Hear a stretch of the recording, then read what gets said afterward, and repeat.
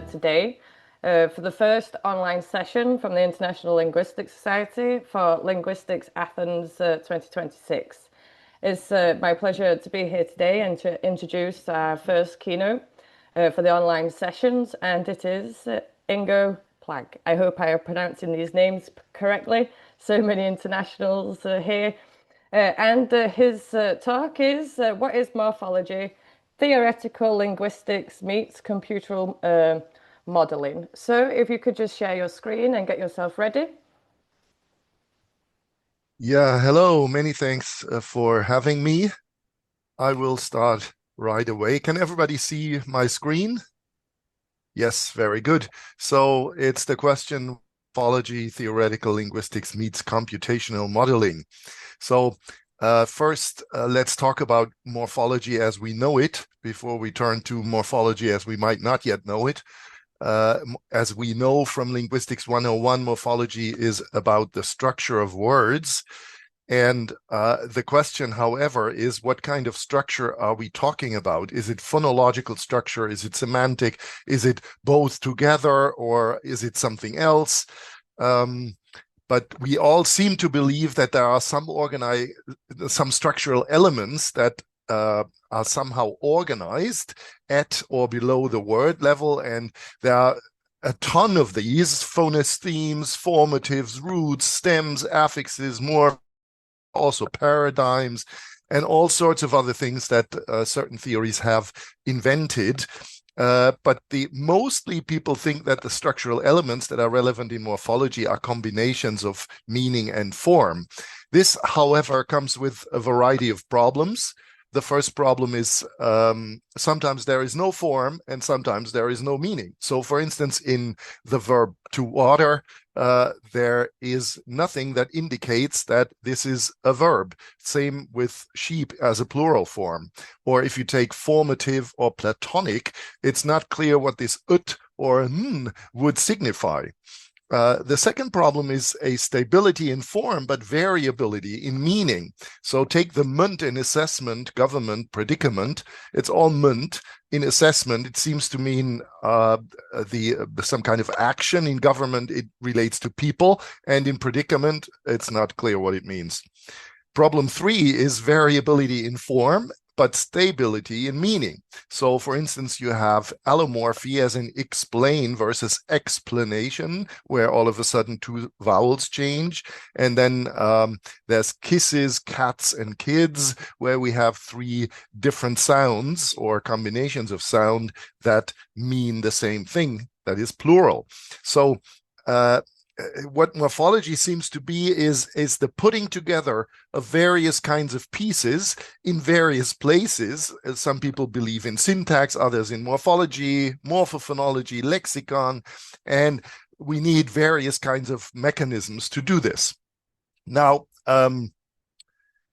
I want to propose an alternative model called lexicon usage-based morphology, where morphology is first and foremost conceived as the mapping of form onto meaning and meaning onto form. And since we must have these meanings and forms at our disposal, this is a kind of lexical knowledge. And lexical knowledge in general is rich, distributed, context-dependent, and ever-changing information. And those things that I mentioned, words, morphemes, allomorphs, what have you, are basically arbitrary points on a scale of more or less isomorphic mappings of form and meaning. Sometimes it's totally clear what the form is and what the meaning is, but very often not. And what is also important from the usage-based perspective is that how humans use words in everyday life affects how these words are lexically represented and the mechanisms underlying the processing of these words. And what do I mean by usage? Basically, it's the experience with words and the expectations that result from that knowledge and experience. The obvious question is always, how can we test such models? And here I think computational modeling comes in very handy, because we have a real system, and if we have a theory about the real system that hopefully is somehow cognitively plausible in some way, then we can test that theory by using a computer program as a model of that theory. And if we then derive predictions from that computer program, we can test these predictions against human data and then go back to the theory and adjust the theory accordingly. So we make basically our claims tangible and testable by using computational modeling. And I want to show you how one can test this lexicon usage-based morphology by using a particular type of model. There are several models around that have this spirit. One is analogical modeling of language. But I want to talk about the so-called discriminative lexicon model that has been developed mainly by Harald Bayen and his associates. So first, what is that discriminative lexicon? Discriminative learning is an established theory recently extended to language. By the way, can you guys see my header? Because I can't, because that stupid thing is in my way. I don't know how to get rid of that. Anyway, in that theory, learning results from exposure to informative relations among events. These things are called cues and outcomes, and their co-occurrence then leads to learning. And it is partly error-driven. How does that work? By having cues and outcomes together, you develop association weights, and these association weights are then adjusted according to new informative experiences. And the associations become stronger upon the presence of a particular cue and the presence of a particular outcome. So if the two co-occur. Now the links are weakened upon the presence of a particular cue and the non-presence of the outcome. So the general idea is that once you have these association weights, they may be used to predict language behavior. And I will show you how this works with an example. So first of all, let's try to understand these association weights using whiskers and animals. So assume that you see whiskers and assume that at the same time, there's an animal present. And if the animal is a cat, then the link between the whiskers and the cat as an idea will be strengthened. But the link to other animals, like a rabbit, will be weakened. But if a rabbit is present when you see the whiskers, then the link to rabbit is strengthened between whisker and rabbit, and the link to cat is weakened at the same time. Now, for this, you need a little bit of math. Those are the so-called Rescorla-Wagner equations, which are very simple. You subtract or you add something to an existing association, and you can play with certain parameters like learning rate and so on. But it's a very simple system. Now, how does that work with language if we don't have cats and whiskers? For language, one could use, for instance, form cues. We still want to map form onto meaning. You can use form cues, various things, biphones, triphones, pitch, spectral information. All of this has been used successfully. And as outcomes, you can have meanings, but you could also have morphosyntactic features that become associated with forms, or other forms that you want to associate with certain forms. So, for instance, if you want to predict stress, you can do this too, if the outcome is stress. And I now want to show you how this system works with a toy example that I also published in one of my textbooks. And here we have a little toy lexicon with 11 words: baptize, chance, extreme, modernize, optimal, optimize, sand, and size. And you see already that what we're testing here is a little bit of morphology. There's modernize and optimize, which carry two meanings. Those are the outcomes: modern plus make, or optimal plus make. But there's also a thing like baptize, where morphologists would say, oh, this is partly opaque or morphologically not transparent, because it's not so clear what bapt should mean and what eyes is mean. make bapt. That's a bit strange. So this is a normal puzzle for morphologists. Now, the cues here are biphones. This is the beginning of the word, then it's BA, then AP, then PT, or it's actually by graphs, because we're using, here in this example, we're using orthography. Is baptized, and you can also add frequencies.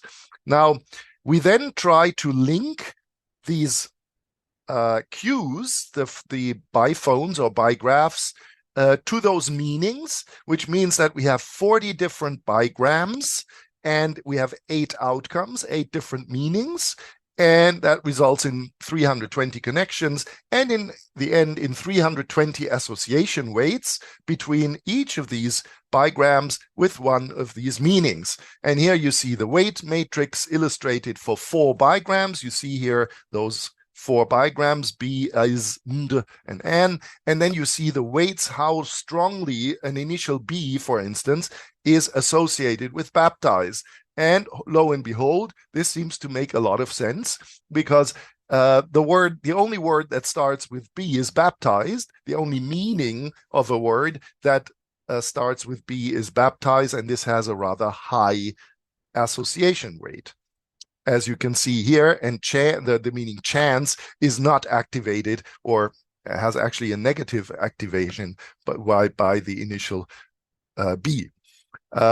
With is, that would be part of our morpheme. You can already see that it is strongly associated with make, not so strongly with baptize. That's a desired outcome, I would say. But of course, it's also highly associated with size.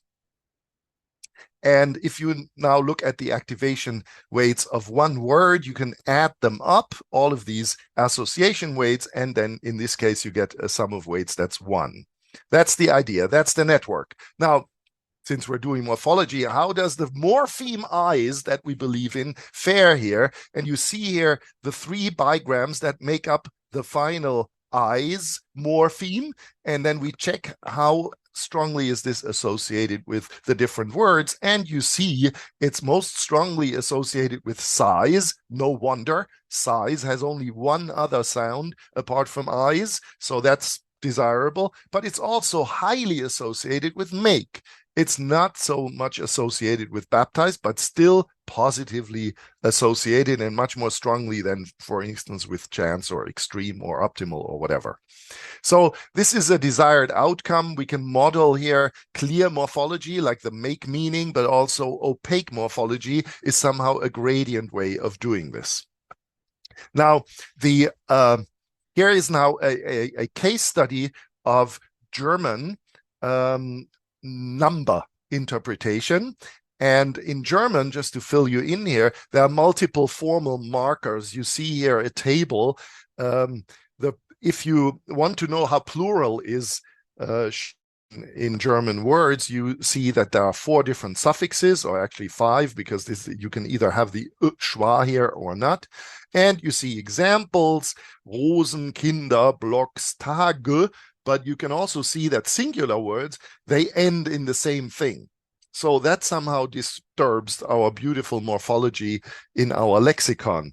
We also have other things like umlaut, hut, hüte, or combinations of umlaut with suffixes. There's a definite article D that is reserved for plural, but it also is a feminine singular article.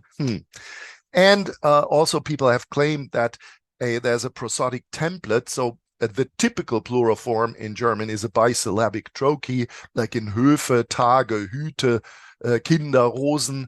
But there's also, of course, morphologically complex words like Möwe that have the same prosodic template. So there's a learning problem involved here, as you can see.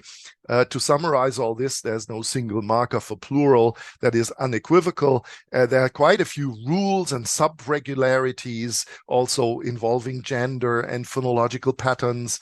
There are many irregularities, and usually people think that there are 50 plus inflection classes. Some people have 52, some people have 65. So there's a lot going on here. It's a nice test bed for anything. So what do we know about plurals? Many psycholinguistic studies have investigated whether we can use German plural words for whole word processing versus decomposition approaches. German has featured prominently in the words and rules debate back in the early 2000s. There's also a lot of work on usage-based processing, especially the schema approach by Köpke, who claims that there are structural cues that tell us about this, and those are type frequency, salience, cue validity, iconicity.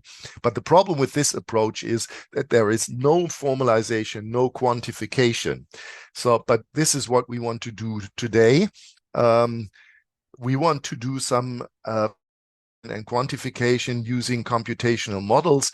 Available models are rather deep learning models or similar stuff where the accuracy might be quite satisfying, but they don't provide much linguistic understanding of the problem. So what we want to do is we look at a data set by Köpke et al., who tested the schema account, and then we will try to model this using discriminative learning. So as you've seen above, there are these suffixes and schema cues, as Köpke calls them. So en is the strongest plural cue, and here monosyllabic stems that have no marking are most prone to being perceived as singular. Now, in that experiment that Köpke et al. Did, people had to do a number decision task, and there were pseudo words in isolation, and like knolk, knolke, knölke, knolks, knolken, and the expectation then was that people should rate these as plural, especially if they have this s or en, or as mono, or if they're a monosyllabic stem, they should think it's a singular. And there's a baseline model with mixed effects regression, logistic regression model based on these schema cues. And now we want to do some, and you see this here, it's basically borne out by the facts. However, those two are up here where it's not so clear why they are at the same level. The S should be further down. You see here the schema cues, and you see the probability of plural decisions on the y-axis. So a monosyllabic stem has the lowest probability of getting a plural decision, while S and En are the highest in plural decisions. So this is partly, or mostly support for the schema cues, but it's also not ideal because it's not so clear why those two are there and where these blue lines, the predicted means, are. Why are they so far apart or so close to each other? Now, we want to do a naive discriminative learning network, which is biphone based. So we now relate those cues here, the biphones. Here you see the word Bäume, trees, and we associate all these with either singular and plural. And then we want to answer whether an NDL model can predict the participants' number decisions on German pseudonouns without using any schema cues. And we want to know whether the predictions of an NDL model are more accurate than the predictions of the schema account. Now, how do we do this? First, we train a network on real words using SELEX, 7,800 underived words with singular and plural word forms, to obtain those association weights between the bigrams, each bigram, and the two numbers. You can then use those bigram association weights to compute association weights for any combinations of bigrams, that is for our pseudo words with either number, as long as I know how strongly a bigram is associated with plural or with singular. I can just add up those associations. And then we can, in order to get a decision towards plural or towards singular, we can compute a difference between the plural activation of the word and the singular activation of the word for each of the pseudo words. And then we use these activation differences to predict the participants' decisions in the experiment in a regression model. And to show you how you get to these activation differences, so for the pseudo word Purte, for instance, the initial P had an activation difference of plural minus singular of minus 0.432. So this initial P is associated more with singular than with plural. Who, on the other hand, is more associated with plural because it has a positive difference. And if we sum them up, Purte is a little bit on the singular side. This is how it works. And here is the model. So here's our activation difference on the x-axis. And now we predict the probability of a plural decision on the y-axis. And you see that the model makes really nice predictions, and it is a nice S-curve where you have a flipping point in the middle. This is really what one would expect from a good model. Of course, there's a lot of variation, but we saw that also with that other model. Now let's compare the two models. This is on the left, the schema Q regression model, and on the right, the activation difference. And if we do this properly, you see that the two models are basically just as accurate as the other one. And for the NDL, we did it with bigraphs, that is with orthography, and with biphones. It doesn't make a difference. The two models, the baseline model and the NDL model, are the same in their accuracy. And here you see the NDL model now with colors for the different schema cues. So for instance, green is the schema umlaut plus final E marking. And if you then look at it, you see that NDL actually captures, or you could also say quantifies, the schema cues in quite an interesting way. The only weird thing is the S, but that was weird. The S versus EN was weird anyway, also in that other model. Okay, let's summarize. The NDL model can predict participants' number decisions with German pseudonouns without using any schema cues. The model based on the NDL activations performs at least as good as the model based on schema cues, and the NDL model based on the bigrams can pick up morphological structures without even having explicit morphological information in the input. So it only knows about meanings and about these forms. So this is a new way of understanding the mapping of form in inflectional systems. And this has wider implications because it means that morphology may not only be conceived as a manipulation of structural units below the word level. In the view proposed here, morphological structure is emergent from gradient associations of form and meaning in language use and language acquisition. And these learning models can be used to test this new way of understanding the mapping of form and meaning in morphological systems. And this is what good science should be able to do. Thanks very much.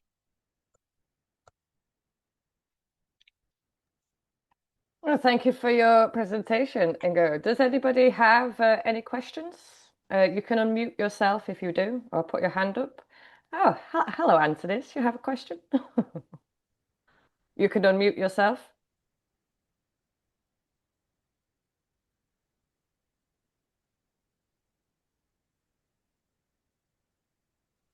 Hello, do you hear me? We do, Yes. Okay, hello Ingo. Hello. Welcome again. Always nice to hear you, see you, and hear you. Thank you. Nice to see you. Now, I like the concept of form and meaning. It has been traditional in many aspects. And I used to think that the same strategies or similar strategies we use for syllables and combinations, onset, code, etc., etc., the strategy, the philosophy is very similar to morphology and syntax and discourse. And I mean, we know many, many decades ago that we have not one to many, but many to many acoustic correlates and distinctive features. And that is what is happening with morphology. I mean to say, why do you have such a variability? If it wasn't economical, we would simplify it and put something at the end, an S or anything, and denote plural. Why do we have all those things?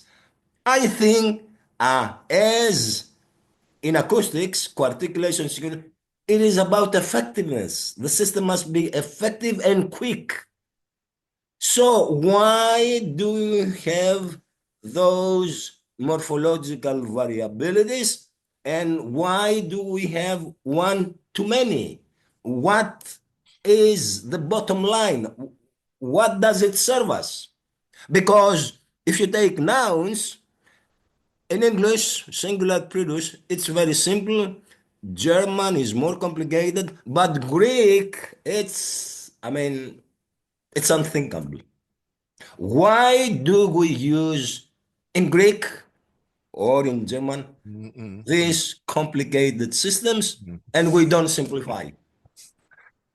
Yeah, my answer to that would be that the structures that we used to believe in are basically all emergent. You know, that there's the very complex acoustic signal, and we've done experiments and models where we used the spectrum of the signal directly mapped onto whatever meaning we have, whether it's distributional vectors or morphosyntactic features or whatever. And it turns out that this also works. So we're not dependent on bigrams or trigrams or syllables or whatever it is. There's just the acoustic signal that is being mapped onto some kind of meaning representation. And the acoustic signal is quite variable, but at the same time, it's also always very similar to other acoustic signals. And this makes life extremely complicated. Like the initial B, or a final S, sometimes it is significant, it has a meaning, sometimes it hasn't. And if it has, it's not clear, has it this meaning or that meaning? So it's the signal itself is so complicated in its mapping that it is always prone to produce variability. And the why question is, of course, always very difficult to answer, because it's either historical, somehow it must have come about, or it is a theological question. No. When I was teaching at the university, I mean, I was in a philological department, and philologists usually ask why. And my students, when they ask me why, I answered, because the language wants it so. I mean, if you think about classical Greek and modern Greek, we have some changes. We could have the opposite changes. A diphthong becomes this monophthong, another becomes the other, because language wants. That is what you say. We can't answer. It's philosophical. Okay. Thank you very much. Thank you very much Thank you indeed. for your question. Okay. Any other questions other than Anthony's? Okay, well, thank you for your presentation, Ingo, and I hope to speak to you again soon. And we'll move on to Thank the you very next much. speaker. Thank Thank you. you. Thank you.